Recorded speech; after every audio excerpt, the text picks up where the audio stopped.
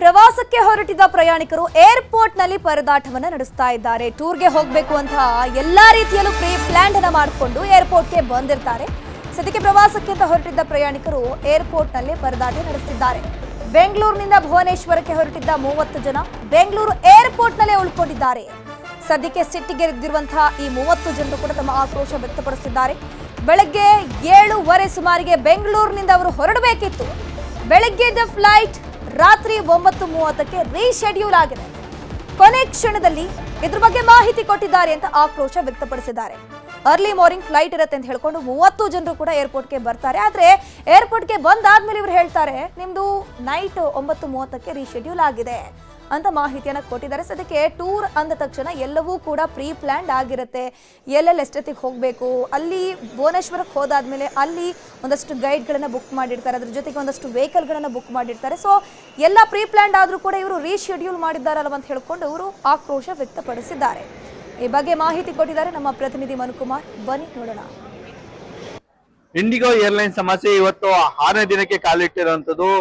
ಇವತ್ತು ಕೂಡ ಕೆಂಪೇಗೌಡ ಅಂತಾರಾಷ್ಟ್ರೀಯ ವಿಮಾನ ನಿಲ್ದಾಣದಲ್ಲಿ ಪ್ರಯಾಣಿಕರ ದಟ್ಟಣೆ ಕಡಿಮೆ ಆಗಿರುವಂತದ್ದು. ಆದ್ರೆ ಸಮಸ್ಯೆಗಳು ಕೂಡ ಅದೇ ರೀತಿ ಇರುವಂತದ್ದು. ಪ್ರಯಾಣಿಕರು ಕೂಡ ಬೆಳಗ್ಗಿನೂ ಸಹ ಕೆಂಪೇಗೌಡ ಅಂತಾರಾಷ್ಟ್ರೀಯ ವಿಮಾನ ನಿಲ್ದಾಣಕ್ಕೆ ಆಗಮಿಸ್ತಾ ಇರುವಂತದ್ದು. ಇಲ್ಲಿವರೆಗೆ ಒಟ್ಟು 61 ವಿಮಾನಗಳ ಹಾರಾಟ ರದ್ದಾಗಿರುವಂತದ್ದು. ಈ ಹಿನ್ನೆಲೆಯಲ್ಲಿ ಪ್ರಯಾಣಿಕರು ಏನೋ ಕಾದು ಕುಳಿತು ಆದ್ರೆ ಏರ್ಪೋರ್ಟ್ ನಲ್ಲಿ ಕಾದು ಕುಳಿತು ನೆಕ್ಸ್ಟ್ ವಿಮಾನಕ್ಕೆ ಟ್ರೈ ಮಾಡೋರಂತ ಪ್ಲಾನ್ಗೆ ಜಾರಿ ಇರುವಂತದ್ದು. ಹಾಗಾಗಿ ಕೆಲವರು ಇಲ್ಲೇ ಬೆಳಗ್ಗೆನೆ ಬಂದು ಇಲ್ಲೇ ತಿಂಡಿಯನ್ನು ಸಹ ಮಾಡ್ಕೊಂತ ಇರುವಂತದ್ದು. ಕೆಂಪೇಗೌಡ ಅಂತಾರಾಷ್ಟ್ರೀಯ ವಿಮಾನ ನಿಲ್ದಾಣದಲ್ಲಿ ಕಳೆದ 5 ದಿನಗಳಿಂದ ಸಾಕಷ್ಟು ಪ್ರಯಾಣಿಕರು ಸಾಕಷ್ಟು ಪರದಾಟವನ್ನ ಅನುಭವಿಸಿದ್ರು. ಆದ್ರೆ ಈಗ ಏನೋ ಪ್ರಯಾಣಿಕರ ಸಂಖ್ಯೆ ಕ್ಷೀಣಿಸ್ತಾ ಇದೆ. ಅಂದ್ರೆ ಕಳೆದ 5 ದಿನಗಳಿಂದಲೂ ಸಹ ಆದಂತ ಅವಾಂತರವನ್ನ ನೋಡಿ ಈಗ ಬುಕ್ಕಿಂಗ್ ಮಾಡ್ಕೊಳ್ಳೋ ಸಂಖ್ಯೆ ಕೂಡ ಕಡಿಮೆ ಆಗ್ತಿದೆ. ಈ ನಿಟ್ಟಿನಲ್ಲಿ ಸದಾ ಜನಜಂಗುಳಿಂದ ಕೂಡ್ತಿದ್ದ ಇಂಡಿಗೋ ಏನೋ ಬುಕ್ಕಿಂಗ್ ಸೆಂಟರ್ ಇದೆ, ಇಲ್ಲಿ ಜನರಿಲ್ಲದೆ ಖಾಲಿ ಹೊಡಿತಾ ಇರುವಂತದ್ದು.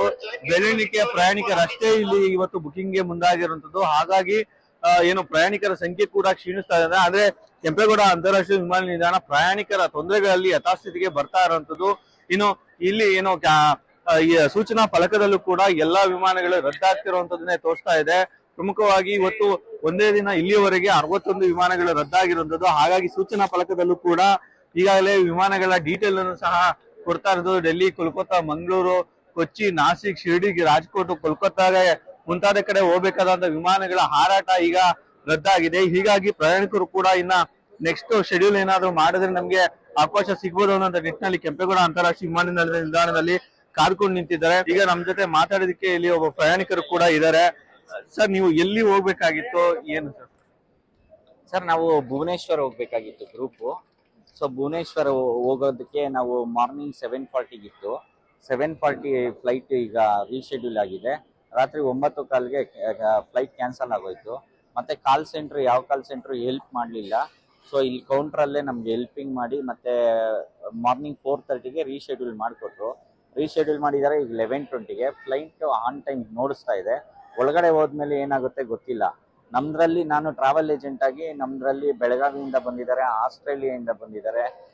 So Odisha package 2 night 3 days ಮಾಡೋದಕ್ಕೆ.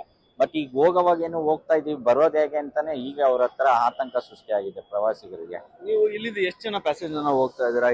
30 ಜನ ಹೋಗ್ತಾ ಇದೀವಿ ಸರ್. ಇವತ್ತು 30 ಜನ ಹೋಗ್ತಾ ಇದೀವಿ. ಅದ್ರಲ್ಲಿ 3 ಜನ ಭಯಪಟ್ಟು ಬಂದಿಲ್ಲ. 27 ಜನ ನಾವು ಟ್ರಾವೆಲ್ ಮಾಡ್ತಾ ಇದೀವಿ. ಈಗ ಏರ್ಲೈನ್ಸ್ 90% ಎಲ್ಲಾ ಸಮಸ್ಯೆಗಳಿಗೆ ಪರಿಹಾರ ಕೊಟ್ಟಿದ್ದೀನಿ ಅಂತ ಅನೌನ್ಸ್ ಮಾಡ್ತಿದೆ. ಆದ್ರೆ ವಿಮಾನಗಳು ಇದುವರೆಗೂ ರದ್ದು ಆಗ್ತಾನೆ ಇದೆ. ಇದ್ರ ಬಗ್ಗೆ ಏನ್ ಹೇಳ್ತೀರಿ ಸರ್? ನಿನ್ನೆ ಸಾಕಷ್ಟು ವಿಮಾನಗಳು ರದ್ದಾಗಿದೆ. ನಿನ್ನೆದು ಏನಿದೆ ಸೇಮ್ ಇವತ್ತು ಕಂಟಿನ್ಯೂ ಆಗಿದೆ. ಎಲ್ಲಾ ಸೆಕ್ಟರ್ಸ್ ರದ್ದಾಗಿದೆ. ಅವ್ರು ಅಫಿಷಿಯಲ್ ಆಗಿ ಹೇಳ್ತಾ ಇರೋದೊಂದು, ಇಲ್ಲಿ ಏರ್ಪೋರ್ಟ್ ಅಲ್ಲಿ ಆಗ್ತಾ ಇರೋದೇ ಒಂದು.